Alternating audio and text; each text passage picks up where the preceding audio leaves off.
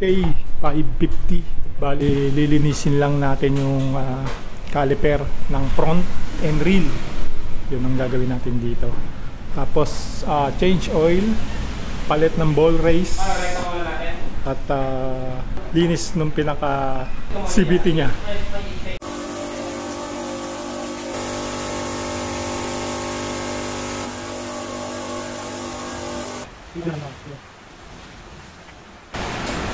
Kaya natin tinanggal to kasi para maluwag tayong makagawa.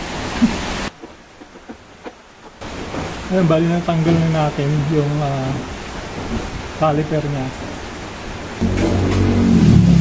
Dilinisin na rin natin to. Medyo tatanggalan natin ng kalawang.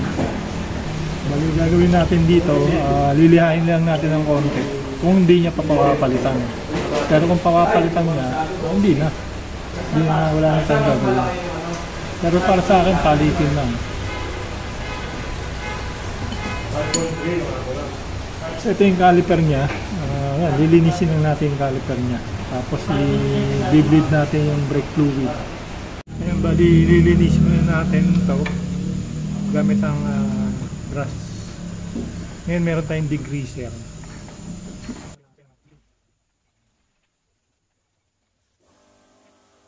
Sa ganun lahat ng mga putik-putik maalis muna.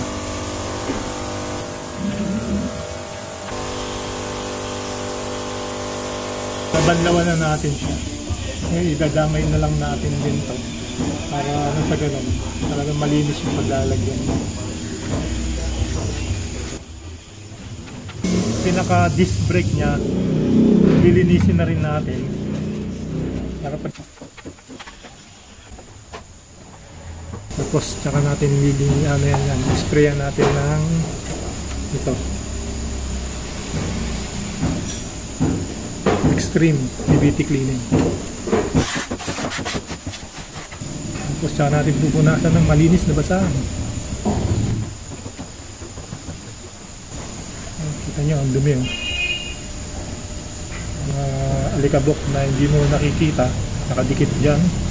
Kaya pag sinalpakan natin ng bagong pads, kakapit lang doon sa bagong pads.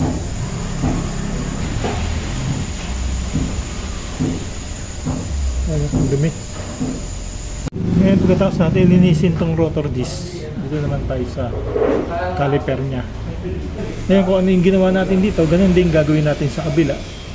Naka dual disc brake kasi ito. Kaya ganun din gagawin natin sa kabila. Ito nga pala yung pinagtanggalan o yung mga dumi.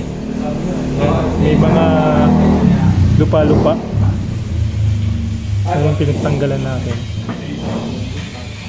Tapos natin linisin yung caliper. Bibili naman natin yung brake fluid niya. Nasa ganon na bago yung brake fluid niya. Bagong linis, bagong brake fluid. Mas magandang performance ang preno mo. Bali na setup na natin yung safe, ilagyan natin ng basahan in case na tumulo yung brake fluid. Safe yung flarings niya.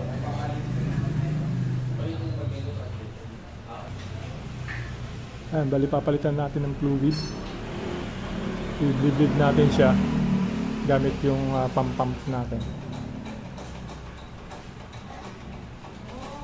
Ngayon, nakasetup na yung pang-pump natin ng mismong lumang brake fluid niya. Itong ipapalit natin.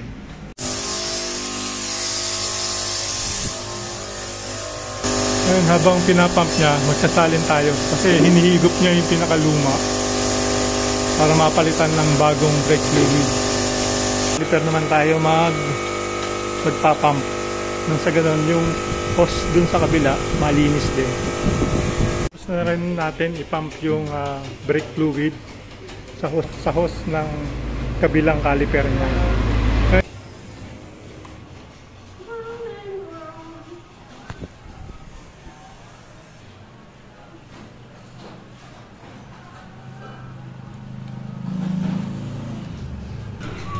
Ngayon, smooth na siyang ipreno. Para na siyang bago. Natin linisin yung magkabila ang caliper, itong front brake niya. doon naman tayo sa CVT para i-check yung CVT drive belt niya. Bago natin umpisahan yung paglinis ng CVT at pag-check, abangan nyo na lang yung part 2 nito. Doon na lang natin i-upload yung kabuuan ng CVT cleaning.